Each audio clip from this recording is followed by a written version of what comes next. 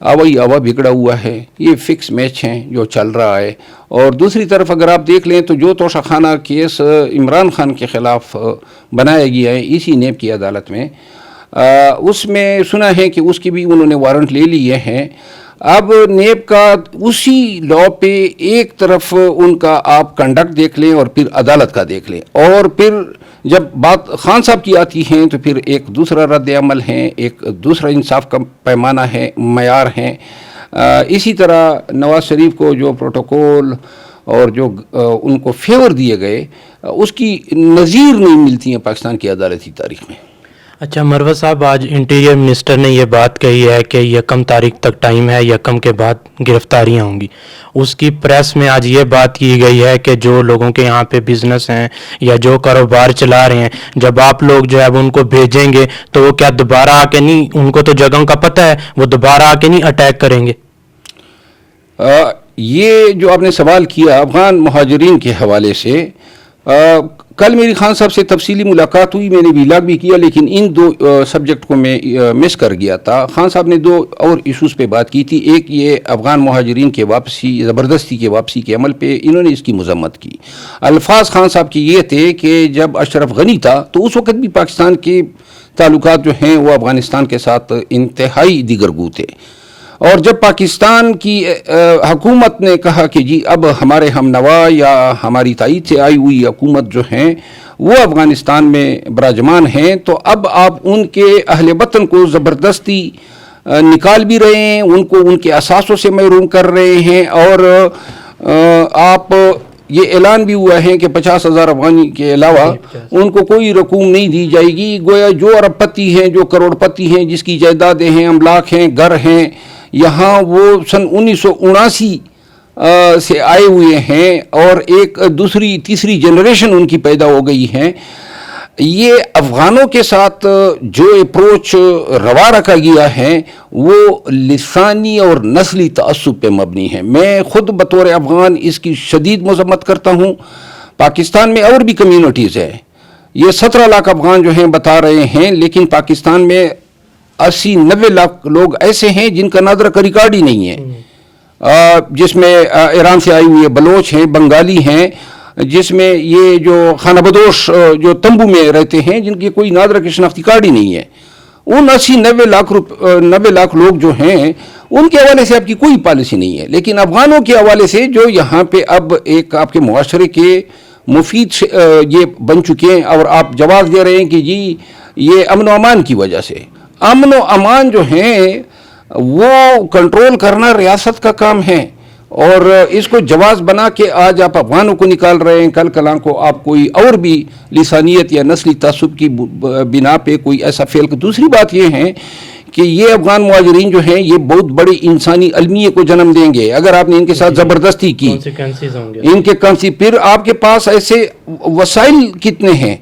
میں ٹیکسلا کے ایک واقعہ آپ کے سامنے کوٹ کر دوں. 2 خواتین جو نوجوان خواتین تھی ان کو ٹیکسلا کی پولیس نے گرفتار کیا، ان کے ساتھ انتہائی بدتمیزی سے پیش آئے، پھر ان سے پیسے لے کے ان کو چھوڑ دیا. اب سارے افغانوں کے ساتھ پاکستان بھر میں یہ سلسلہ شروع ہو چکا ہے. پولیس پیر جو ہیں پیسے لینے کے چکر پہ لگی ہوئی ہیں. لہذا 1 تاریخ کو اگر یہ دھمکیاں دے رہے ہیں کہ جی افغانوں کو چاہیے جو یہاں پہ رہے ہیں، امریکہ کا یہ قانون ہے کہ کوئی اگر پریگننٹ خاتون وہاں جا کے بچے کو جنم دیتی ہے تو وہ بچہ امریکی شہری بن جاتا ہے. یہاں پہ تو یہ پیدا ہوئے، پلے بڑے، تعلیم حاصل کی، جوان ہوئے، کاروبار کر رہے ہیں، کوئی پروفیشنز میں ہیں، تو آپ کی شہریت تو امریکہ کی شہریت سے کوئی اتنی زیادہ اعلیٰ تو نہیں ہے کہ پھر آپ کا نیچرلائزیشن کا قانون ہے، پھر آپ نے افغانوں کو شہریتیں دی ہوئی ہیں. جو لوگ افغان افورڈ کر سکتے تھے، 10-15 لاکھ خرچ کر سکتے تھے، وہ پاکستان کے شہری ہو گئے.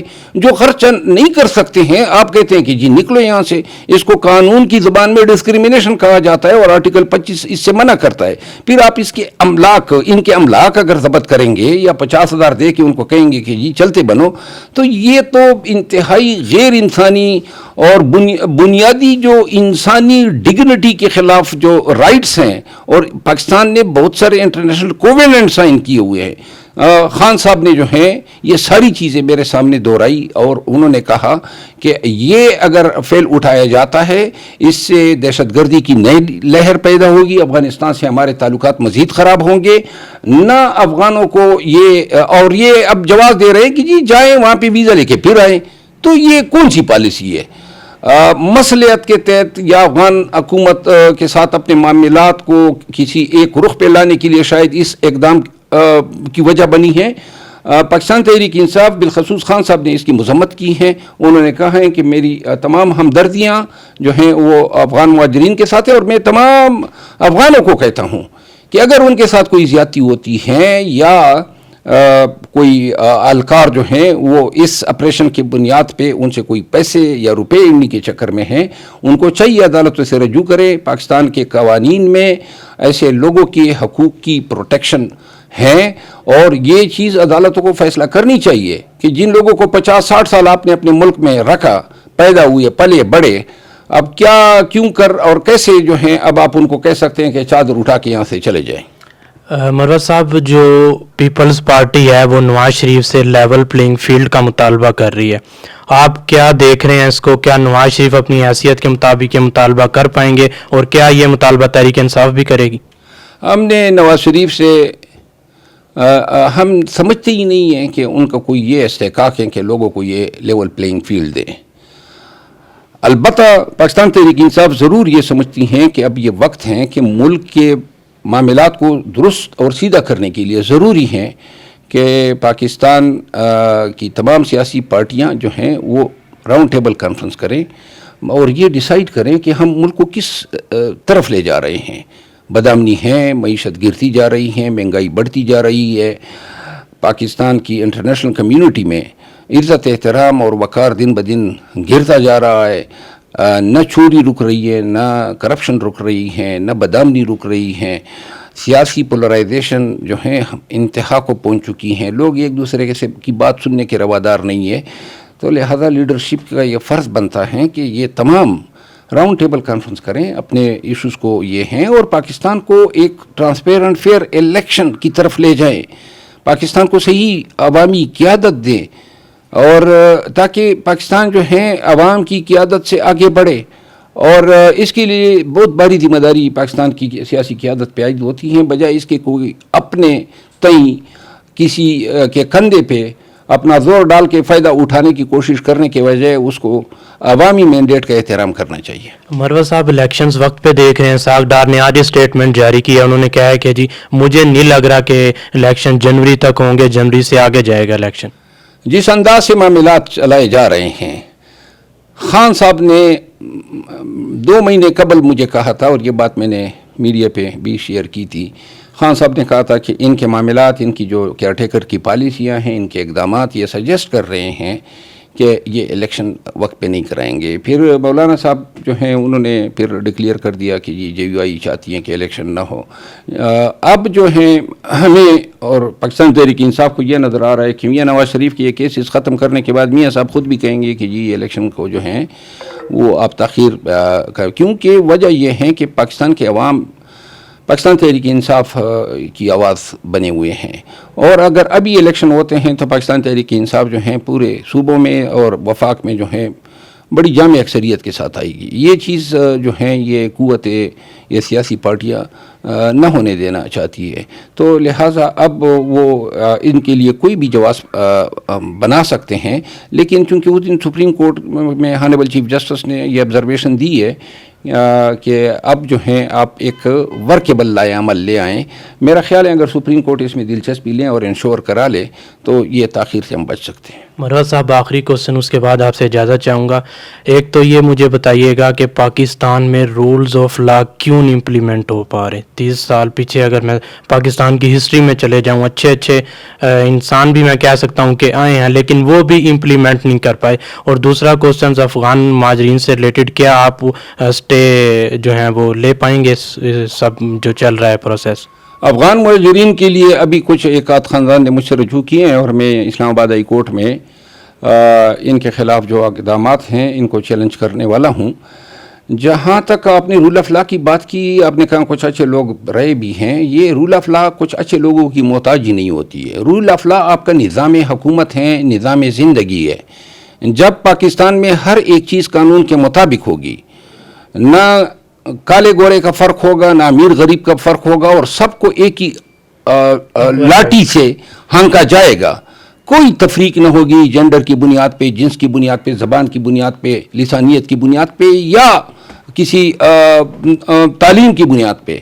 اور جب پاکستانی اپنے آپ کو رول آف لا کو کمٹ کریں گے، اسی میں بلائی ہے، بہتری ہے، سروائیول ہے اس قوم کی. اگر رول آف لا سے ہم دور بھاگیں گے، اس کو پنپنے کا موقع نہیں دیں گے، اس کو پاکستان میں جو جاگیردار ہیں، جو زورور ہیں، جو طاقتور ہیں، ان پہ گرفت ڈالنے کا موقع نہیں دیں گے، تو پاکستان میں رول آف لا جو ہے نہ بن سکتی ہے. یہ سماجی انصاف، سیاسی، آئینی، یہ آپ کے پورے نظام زندگی کا احاطہ کرتا ہے. تو رول آف لا جو ہیں اسی میں پاکستانیوں کی بقا ہے، اس میں پاکستان کی بقا ہے. جن معاشروں نے اپنے اندر قوانین کا اطلاق کیا اور کوئی قانون سے بالا نہ ہوا، وہ معاشرے آج دنیا میں ڈیولپ کنٹریز کہلاتی ہے. ہم ابھی تک کبھی نواز شریف کے پروٹوکول دیکھ رہے ہیں، کبھی جو ہیں ہم یہ دیکھ رہے ہیں کہ جی 4 سال سے باغی ہوئے بگوڑے کو جو ہیں 10 منٹ میں ضمانت دی جاتی ہیں. جب تک ان چیزوں کا یہ تسلسل ختم نہیں ہوگا اور ایک ہی لاٹھی سے سب کو نہیں آنکا جائے گا، جس میں Imran Khan, Nawaz Sharif, A to Z سب برابر ہو، تو یہ رول آف لا جو ہیں آپ کی ملک کی ضرورت ہیں.